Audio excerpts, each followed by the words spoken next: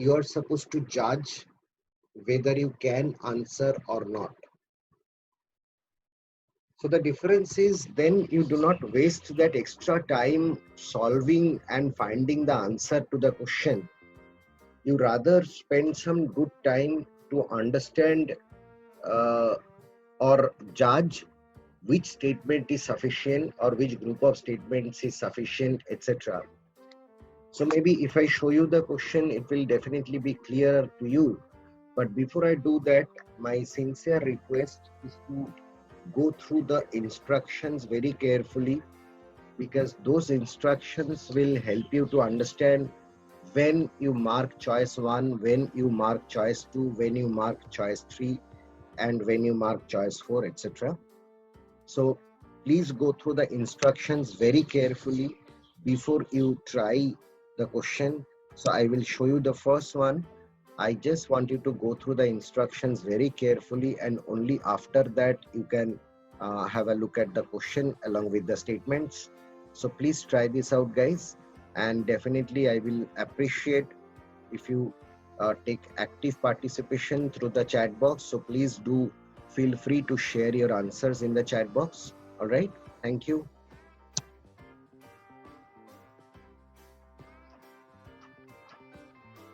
So all right, first of all, if I study the statements, for example, the question is x equal to 3? So of course your answer will be either yes or no. So if you look at the first statement, of course you get to understand x is equal to 3, so you get a definite answer. You get a definite answer which is yes, which means the first statement is sufficient. But if you look at the second one, if you solve this, you will get two values of x. One will be plus 3 and one will be minus 3. Which means we cannot definitely say whether x will be equal to plus 3, because there is a possibility that x could be minus 3 also. Which means I am not sure about my answer. Hence the second statement is not sufficient. But the first statement was sufficient, and which is why your answer choice will be option number 1. All right, so that is your answer. It is option number 1. Right, so let me take you to the next one. So from many of you, I got the correct answer. Brilliant effort, guys. All right, so let me take you to the next question. Please try this. All right, guys, so I will discuss this one. Definitely, once they have asked a question like this, is A the father of B? Again, if you notice, your answer could be either yes or no. So in data sufficiency, we are supposed to get unique answer, and we need to make a judgment by using which statement do we get unique answer. And then as per the instructions given here, you are supposed to mark the appropriate choice.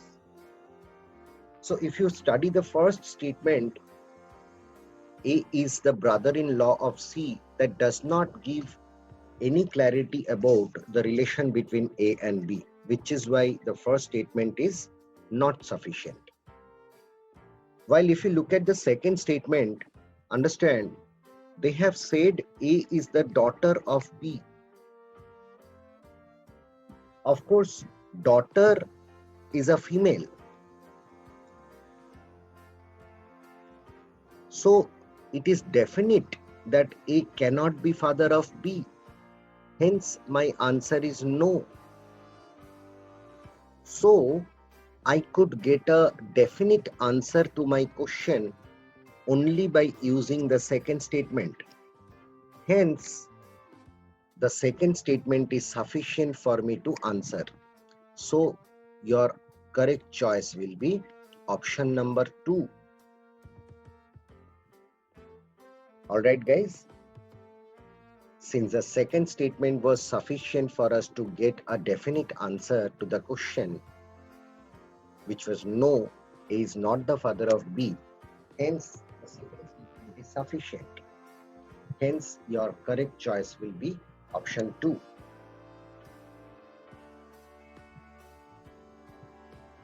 I hope that was clear to all of you. So I will take you to the next sum.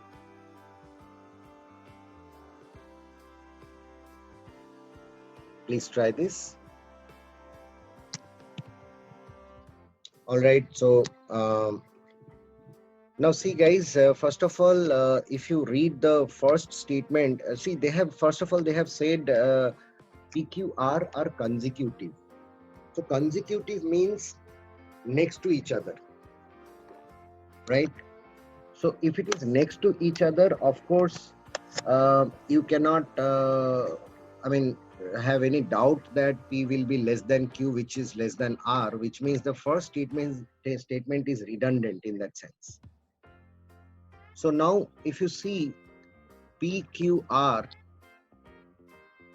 so first statement is useless, but when they have said in the second statement that PR is odd, always remember, if the product of two numbers is odd, then the individual numbers are also odd, right? Which means out of PQR, if P and R are odd, then P has to be even. So I can answer the question by using only the second statement. Hence the second statement is sufficient, and hence your answer choice will be option 2. Almost all the answers that I got are correct from your side. Very good effort, guys. So let me take you to the next one. Please try this. All right. Of course, again, most of the answers are correct. Very good show, guys. So let us understand over here from the first statement. So for area, of course, you need to know the length and breadth. Now in the first one, you are given the perimeter. So you can conclude that length plus breadth will be 10. While from the second one, you have been given breadth is 10, breadth is 6, which means length, of course, if I combine the first one, then the length will be 4, which means I can answer the question by combining both the statements. Yes. Hence, the correct choice will be option number 3. Definitely, it is option 3. All right. So let me take you to the next one. Please try this. All right. Let me check this, guys. So first of all, if you notice, they have asked you to find the value of A. Of course, if I study the first equation, I have two variables with one equation, so it is not sufficient. Now let us take the second one. We figure out that A is equal to 27 minus 6B divided by 9. So of course, 9A plus 6B is equal to 27. And hence, if I divide both sides by 3, I get 3A plus 2B is equal to 9, which means I get the first equation back. So even if I combine the statements, I am left with only one equation with two variables. So definitely it is not possible to solve for unique value of A with one equation and two variables, which is why your answer will be option number 4. So this time, very few people gave me the correct answer, including Titash, Shomendu, right? So your correct answer choice will be option number 4.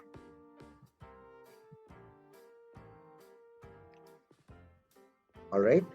So I would request you to spend some more time with the logic. Maybe you will crack it correct as you have done in most of the earlier questions.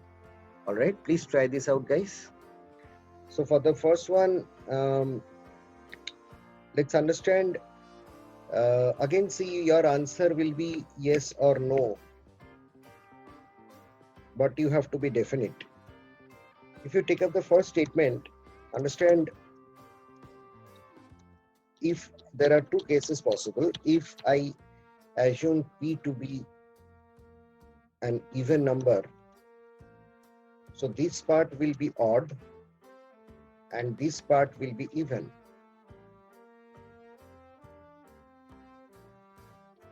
Hence, the product will be even. On the other side, if I assume P to be odd, then this part will be even and the second part will be odd. So again, the product will be even.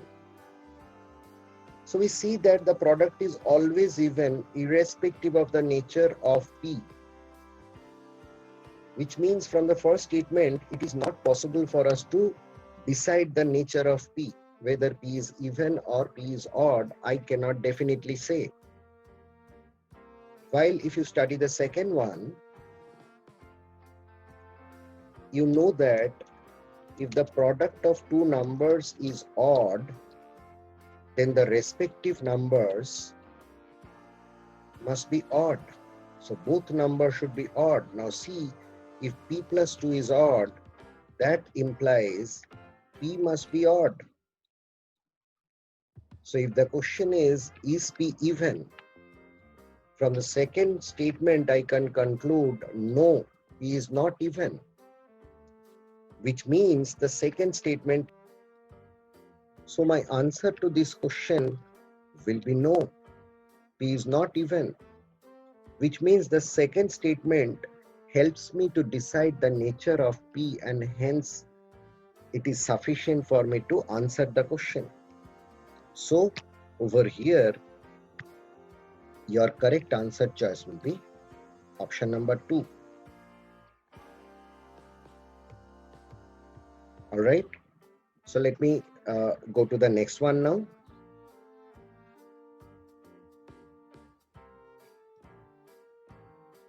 So in this case, they have talked about 5 numbers A, B, C, D, E. So in the first statement, they have said these are consecutive, so one appears after the other. So there can be two cases possible, even, odd, even, odd, even. And the other case is odd, even, odd, even, odd. From the second statement, since they have said C is an even number, if I combine the statements, then this will be eliminated. So this is what I can see to be true.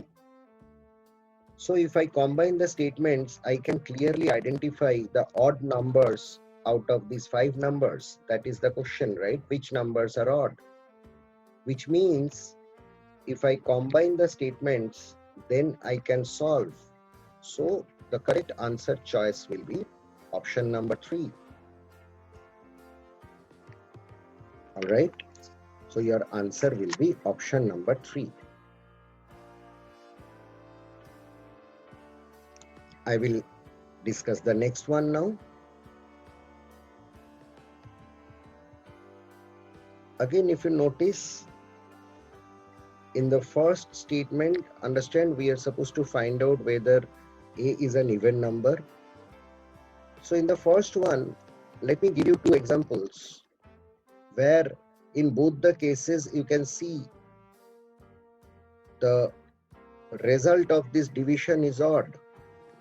But if you look at the nature of A can be either even or odd. So from the first statement, I cannot decide the specific nature of A. But if you look at the second one, since we know that product of 2 numbers is odd, we can conclude that both A as well as B must be odd. Which means the second statement helps us to answer the question.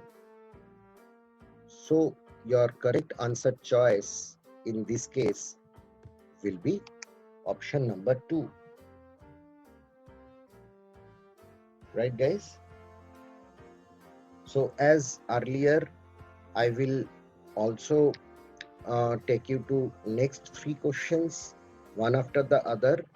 I would like you to take the screenshots of next 3 questions, guys. And once it is taken, please send a confirmation message in the chat box. This is the first one. I presume you guys have taken the screenshot. This is the, all right, just hang on. This is the second one. Please take a screenshot of this question.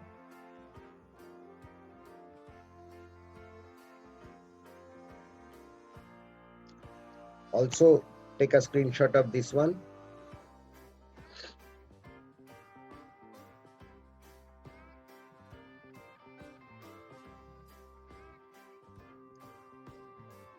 Please let me know in the chat box if you have taken the screenshot of all the 3 questions. I will show you the second question once again.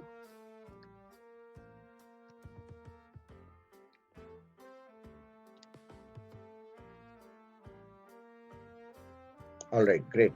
So please try all these 3 questions together and then let me discuss. Thank you.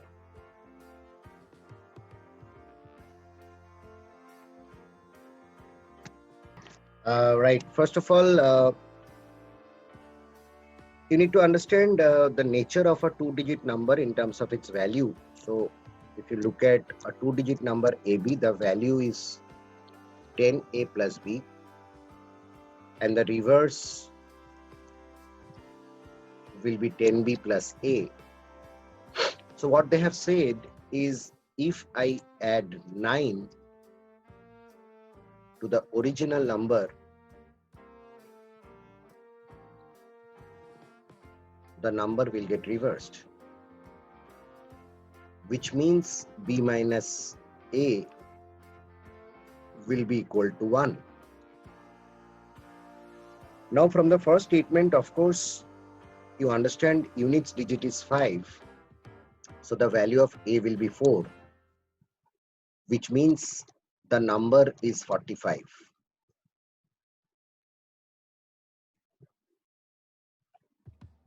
But if you look at the second option, second statement, definitely the one that you got in the first statement will also apply. But at the same time, you could have another value, that is 56. Which means by using the second statement, we do not get unique answer. Hence, the first one is sufficient. So your answer will be option number 1.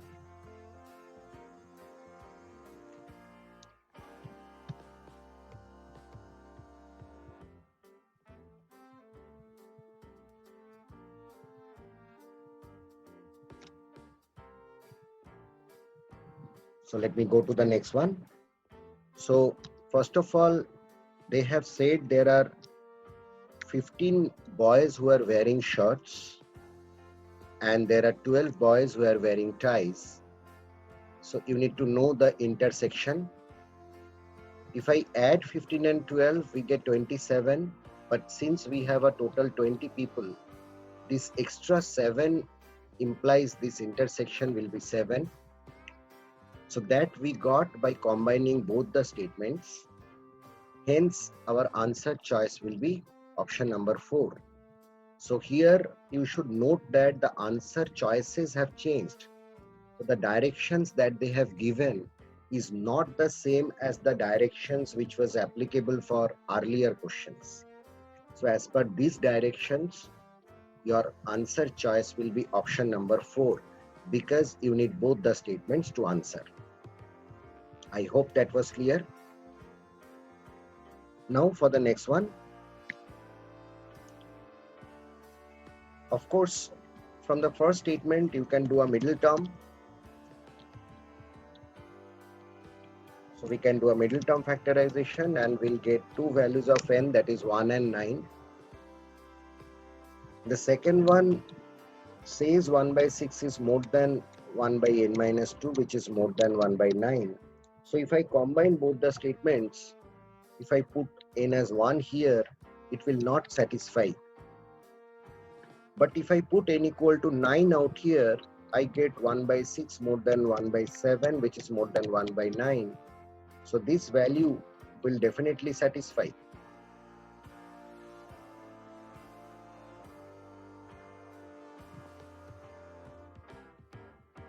Which is why we need both the statements to answer. So like the last one,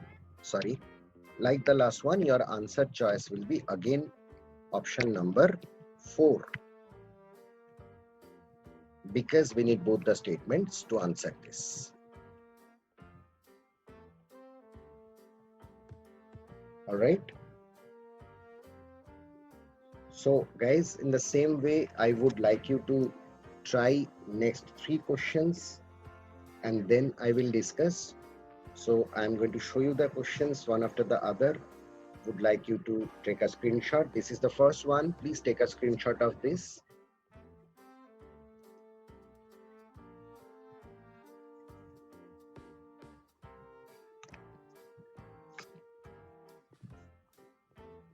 I presume you guys have taken a screenshot already. So this is the second one. Please do take a screenshot of this also.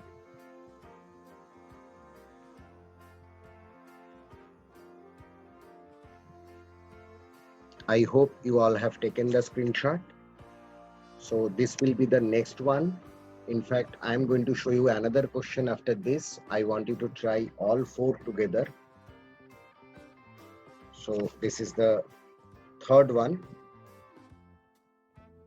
I'll show you the next one now. This is the fourth one. So please try this question also. Please let me know in the chat box if you have taken the screenshot of all these 4 questions. Let me start the discussion. All right, so this was the first one that I asked you to solve. So let me discuss this one. In the first statement, they have said if 3 more are admitted, there will be more than 35, which means as of now n is more than 32.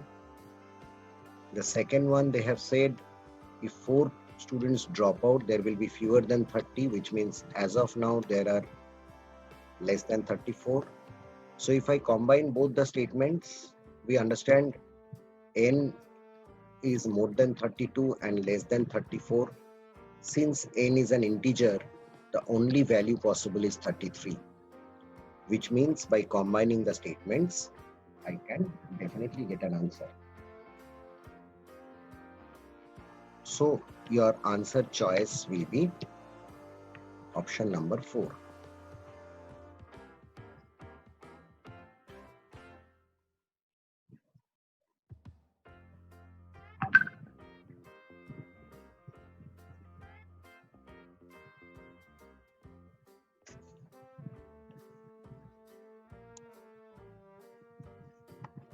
The next one. So they have said Arvind is the tallest among the boys. In the second one, they have said 2 things. One is Rashmi is tallest among the girls. And there is a boy Rakesh who is taller than Rashmi. Now if I combine, I know among the boys Arvind is the tallest. So Arvind is taller than even Rakesh. So I can conclude that Arvind will be the tallest in the class, which came by combining the statements, which means your answer choice will be option 4.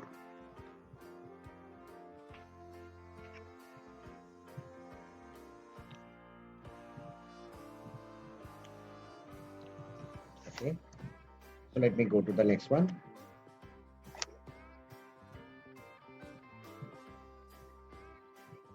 So over here, understand there could be 2 possibilities.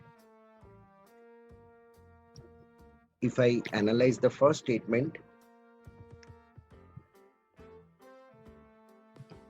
So understand, first of all, again to reiterate,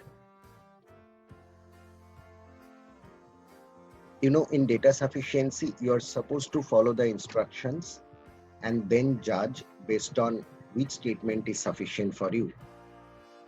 So over here, if you look at the question, they have said how many brothers does Q have? So if I analyze the first statement out here, we know that Q's sister has exactly 3 brothers, which means there are 2 possibilities. One is somewhat like this, where Q's sister will have 3 brothers. That means Q will be a female. So Q cannot be one of those 3 brothers of his sister. The second possibility would be that Q's sister will have 3 brothers, including Q, which means Q would be a male. Now, which means the first statement is not sufficient for us to get a definite answer. Hence, the first one is not sufficient. But if I look at the second statement, they have said Q has exactly 1 sister who is the only daughter of her parents. That does not help me to decide how many brothers does Q have. So independently, the second statement is not sufficient, which is why I would like to combine. If I combine, look at the first option. In that first option or the first case, Q's sister is not the not the only daughter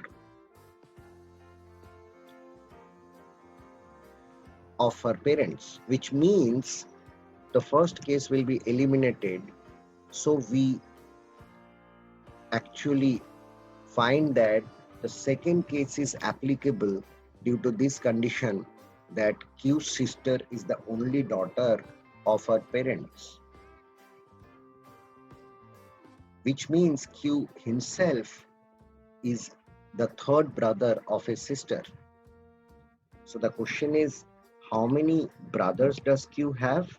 Of course, your answer will be 2 brothers. Now we got to understand this by combining both the statements, which means to answer the question, we need both the statements. So our answer choice will be option number 4. All right. So this is how you should solve this kind of questions. So because of some temporary internet related glitches or technical glitches, there were some interruptions in the class. I'm very sorry for that. So just to compensate, I will take you through the questions that we discussed today one by one, just to do a quick recap. And I hope that way you can understand the kind of variety we took up on data sufficiency.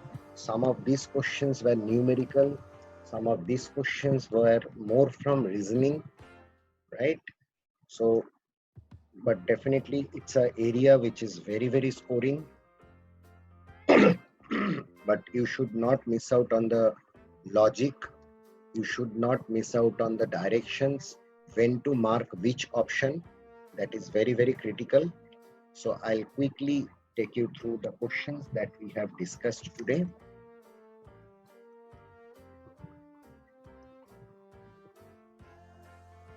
Please go through these questions.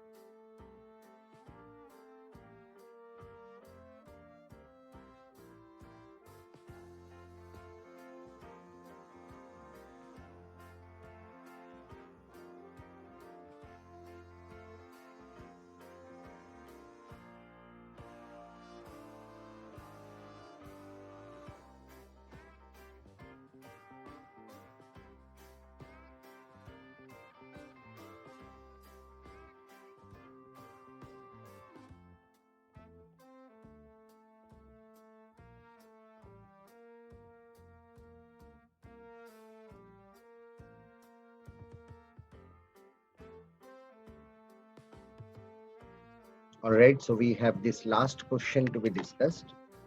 So understand, the question is, does A save more than B? So again, in data sufficiency is an area where you follow the instructions, judge which statement or which combination of statements is or are sufficient for you to answer the question. Here the question is, does A save more than B? From the first one, if I analyze, I would perhaps be able to understand by looking at the ratio that A earns less than what B earns, because the ratio is 6:7. Definitely I can conclude income of A is less than the income of B. While from the second statement, you can understand A spends more than what B spends. So guys, if A earns less than B and if A spends more than B, by combining, I can definitely conclude A will save less than B.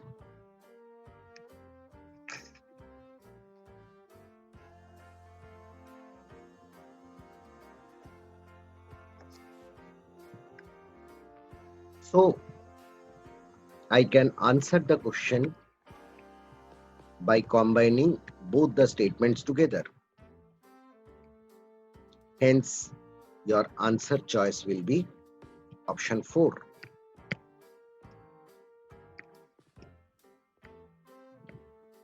Because you needed both the statements in order to answer.